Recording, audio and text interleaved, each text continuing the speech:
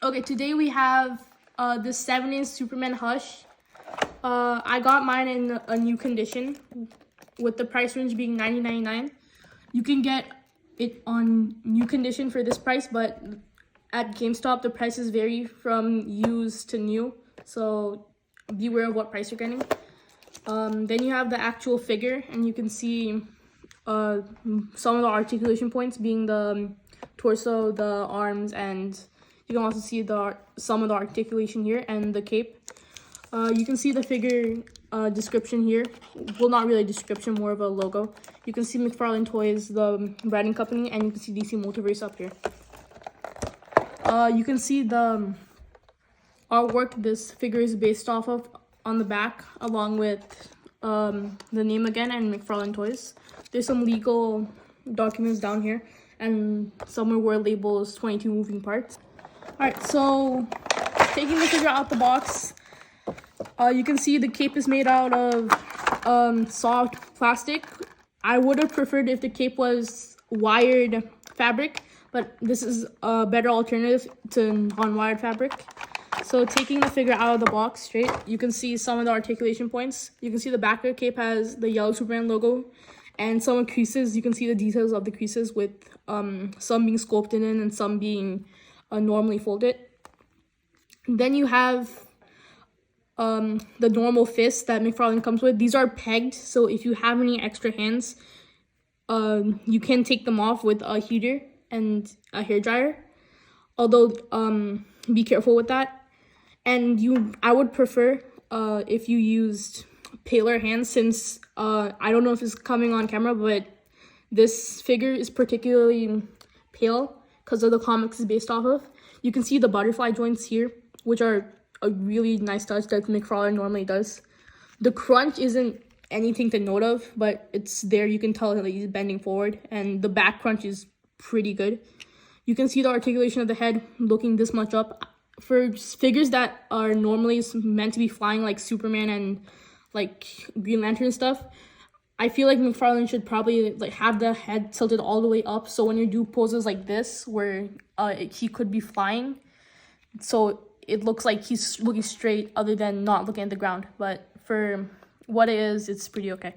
You can look this much down, and the cape can't really articulate that much, but it's there. You can like bend it as much as you want to like try to achieve the pose you want. This can move fairly well side to side with the torso. And moving on to the arm articulation, you can get 2 points of articulation here, one being the bottom one and one being the top one. Albeit the top one is really hard to bend. You have to grab both the plate here and the plate here to bend it down. But after you loosen it up, it's way better. The hand can move here, and if you do it here, you can move side to side. But you can't move it side to side here because of the ball joint here. Same thing with the other hand. And for like a McFarlane, it can move fairly back and pretty good front. Although it can't reach beyond like the chest, it can get pretty close if you can like manage to get it down with the blade and stuff. The butterfly joint really help with that because like you can shift it up and down. But other than that, the figure's arms and upper body articulation is pretty okay. One thing I'm happy with is the toe articulation, so you can like use the toe articulation to do kind of like more balanced poses. Although for balancing, this figure is fairly top heavy because of the cape. The cape weighs it down a bit because it's a lot of plastic. So when you have to try to get the perfect amount of weight on each side, otherwise it just falls over. Anyways, as for the face sculpt, it's based off the comics, which I think is pretty nice. You can see some of the figure's main parts, and you can see this is a more broad design for Superman.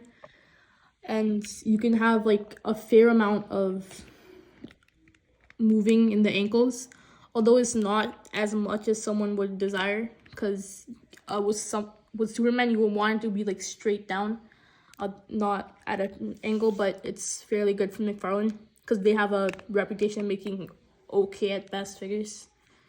And same thing up here with down here, nothing much to do. Because of this part of him, it's pure plastic. If it was like a softer, more rubber material, I feel that would allow for the legs to reach much more up. But for the amount of articulation you get, this is pretty good. It can stretch a little bit, but you have to stretch the torso with it to get the most amount of height you can get. And that's overall for the figure. Next time we're going to do some poses to see what it would look like if you decide to pose the upset. For the overall articulation, I'll give it an 8 out of 10.